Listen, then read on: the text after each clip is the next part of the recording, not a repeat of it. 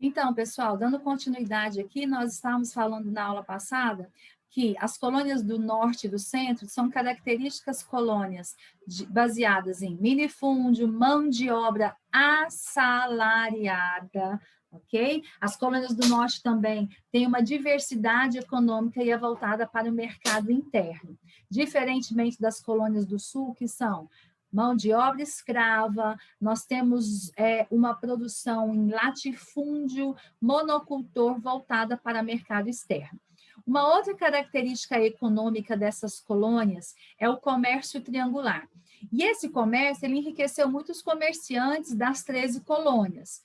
Né? Nós temos aqui uma produção comercial, né, uma atividade, melhor falando, uma atividade econômica baseada no seguinte comércio. As 13 colônias, olha só a seta, acompanhe. As 13 colônias, elas vão comercializar com as Antilhas tecido, trigo e peixe. Vão comprar também, dentro de uma atividade econômica, o melaço. Esse melaço será transformado em rum, aqui nas 13 colônias, especialmente na região da Nova Inglaterra, bem aqui nas colônias do norte. Esse rum vai ser levado até a Costa do Marfim, a Costa do Ouro, até a região da África, e aqui o rum vai ser um elemento e um produto de troca pelo negro africano. Né? Então, nós temos, dentro dessa troca comercial, o elemento rum, um produto, que será trocado por um outro produto, só que um produto humano, que é o escravo.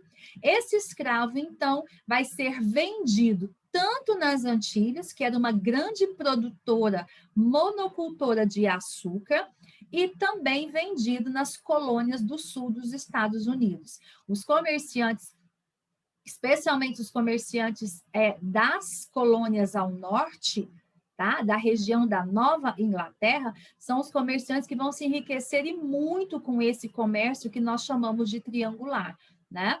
Lembrando que essas ilhas aqui nas Antilhas, né, elas também são caracteristicamente produtoras de monocultoras, dentro de latifúndios, baseado também numa mão de obra escrava voltada para mercado externo. Então, das 13 colônias, as Antilhas vai ter tecido, trigo e peixe. Vamos relembrar aí. Das Antilhas, nós vamos ter o melaço e o açúcar também. Esse melaço transformado em rum será levado para a África, onde nós vamos trocar esse rum pelo produto humano, né? Por esses objetos animados, por esse produto tão valioso chamado escravo, que vai servir como mão de obra escrava, né? Não só nas colônias norte-americanas, nas 13 colônias, como nós vamos ver a presença desses escravos também na América Espanhola e na América Portuguesa. Enfim, começam os atritos. O que vai mudar? Por que de repente, metrópole e colônia começam a brigar entre si? Vale lembrar que, ainda que fosse uma colônia, ela tinha uma autonomia, a colônia tinha um autogoverno, mas de repente os atritos começaram, né? O primeiro motivo aqui que vai mudar na relação desse pacto colonial é a Revolução Industrial, né? Revolução Industrial, ela começa na Inglaterra.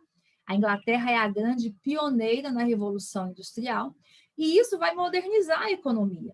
A economia inglesa, ela vai sofrer uma modernização. E dentro dessa modernização, em função da mecanização econômica, da mecanização da produção manufatureira, agora nós vamos ter as máquinas para produzir o tecido, a indústria têxtil é a primeira grande indústria da Revolução Industrial Inglesa, essa indústria, essa economia vai precisar de quê? De mercado consumidor, né? Então, o que acontece? As colônias, elas vão ser um mercado consumidor em potencial para a metrópole. E vale lembrar que lá nas colônias, né, nas colônias inglesas, já havia um modelo de manufatura, já havia um modelo de produção, e isso era um perigo, isso era uma ameaça para a metrópole, porque era uma concorrência. Afinal de contas, se a minha colônia produz a manufatura, como que ela vai comprar de mim? Então, aqui já começam esses pequenos atritos, né? Bom, primeira coisa, a metrópole vai pensar, precisa eliminar a concorrente. E essa concorrente é a minha própria colônia. Vejam só, olha a situação. Outra coisa, o desequilíbrio financeiro. A Inglaterra, pensa, a Inglaterra economicamente desequilibrada. Mas isso vai acontecer em função da Guerra dos 7 Anos. França e Inglaterra, elas vão lutar por territórios no norte da América. Tá? Então, França e Inglaterra, nessa disputa por territórios na América do Norte, elas vão brigar entre elas na chamada Guerra dos 7 Anos, e nesse conflito, a Inglaterra, mesmo saindo vitoriosa, ela vai sair economicamente arrasada. Ela vai sair desestruturada. Afinal de contas, durante todo esse período de conflito e de guerra, nós tivemos toda uma economia voltada para a guerra. Quanto de vida humana não foi perdido nesse conflito, como também quanto não foi investido financeiramente. Então, o que eu tenho? Uma Inglaterra, mesmo vitoriosa, empobrecida por causa dessa guerra, e ela vai lembrar que ela tem uma colônia. Então, ela vai lembrar que, afinal de contas, a colônia vai pagar as contas da Inglaterra. Pagar como? Mediante a cobrança de impostos. Essa vai ser a maneira como os colonos vão pagar a conta. A Inglaterra vai criar impostos para que esses colonos pudessem pagar, né, pelo prejuízo da Inglaterra. Bom, para cobrir a despesa, novos impostos. É intensificado, olha só, o que vai contribuindo para que a colônia brigue pela independência, que é um outro fator interessante a gente lembrar que essa cobrança de impostos, a Inglaterra pressionando agora o pacto colonial, ela vai também suscitar, levantar dentro desse povo, entre os colonos, as ideias iluministas. As ideias iluministas de liberdade vão ser muito importantes e vão influenciar esse resultado aqui das colônias inglesas de busca pela liberdade. Né? Então, cria o imposto, os militares vão estar presentes aí para garantir o pagamento do tributo. O colono acha isso injusto. Afinal de contas, sempre fomos independentes, sempre tivemos autogoverno, nunca foram novos impostos. O que é isso?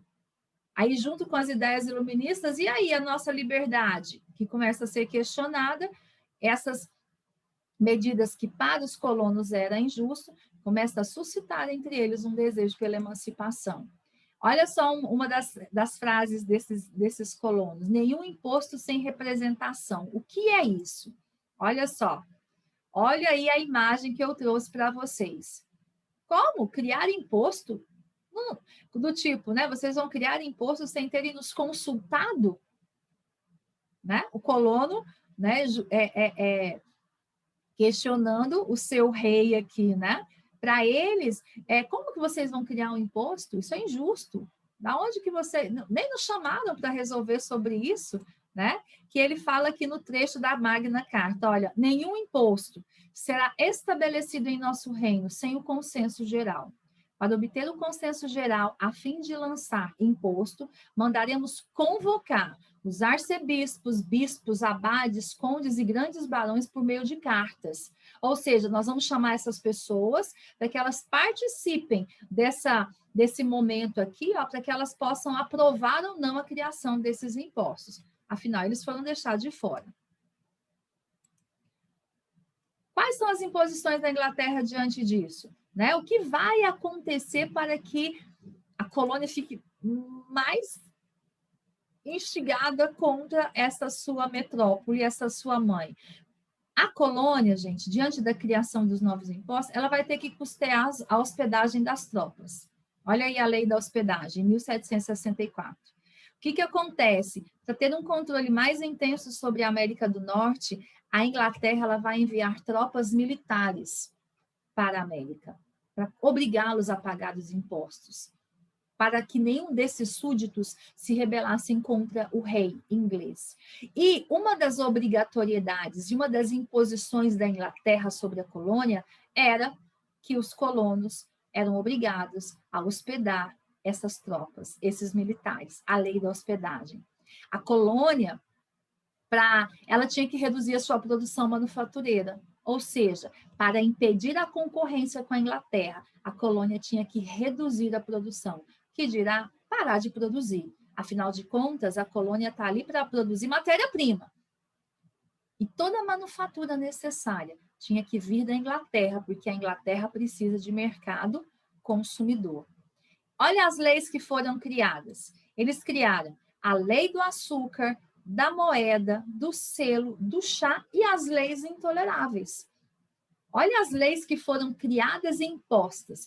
Em 1764, a lei do açúcar, ela vai obrigar os colonos a pagar uma taxa sobre qualquer carregamento de açúcar que não fosse pertencente às colônias britânicas. Ou seja, se eu tenho um comércio lá com as Antilhas e aquela região onde eu busco o açúcar não pertence à Inglaterra, os colonos eram obrigados, então, a pagar imposto. Moeda, também criada em 1764, né? Proibia a emissão de dinheiro por parte da colônia americana. Ou seja, o único dinheiro que poderia circular na colônia era a moeda inglesa. Os colonos não tinham mais autonomia para emitirem a sua própria moeda, o seu próprio dinheiro. Em 1765 é criada a Lei do Selo, olha só, que vai criar taxas sobre todo papel impresso na colônia. Tudo que fosse impresso, jornal, documento, papel comercial, até cartas de baralho, que fossem impressos na colônia, deveria se pagar um imposto para a metrópole.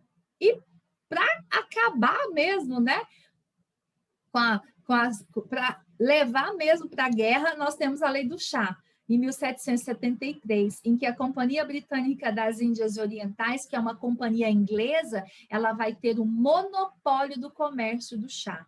Ou seja, o chá, que era um comércio dos colonos, agora ele é monopólio da Companhia Britânica. Somente a Companhia Britânica das Índias Orientais poderiam comercializar o chá. E isso gera uma insatisfação muito grande. Em 1773, devido a uma manifestação desses colonos, nós temos as leis intoleráveis. Quando o porto de Boston é fechado, é restringido o direito de reunião entre os colonos, e isso vai levar ao processo que a gente chama de guerra pela independência. É lógico que antes de começar a guerra em si, eles vão declarar a independência da Inglaterra, para depois iniciarem a revolução propriamente dita, que é a guerra armada. Mas sobre essa guerra, falando um pouquinho mais do porquê das leis intoleráveis, nós vamos falar num próximo vídeo. Eu volto já já com vocês.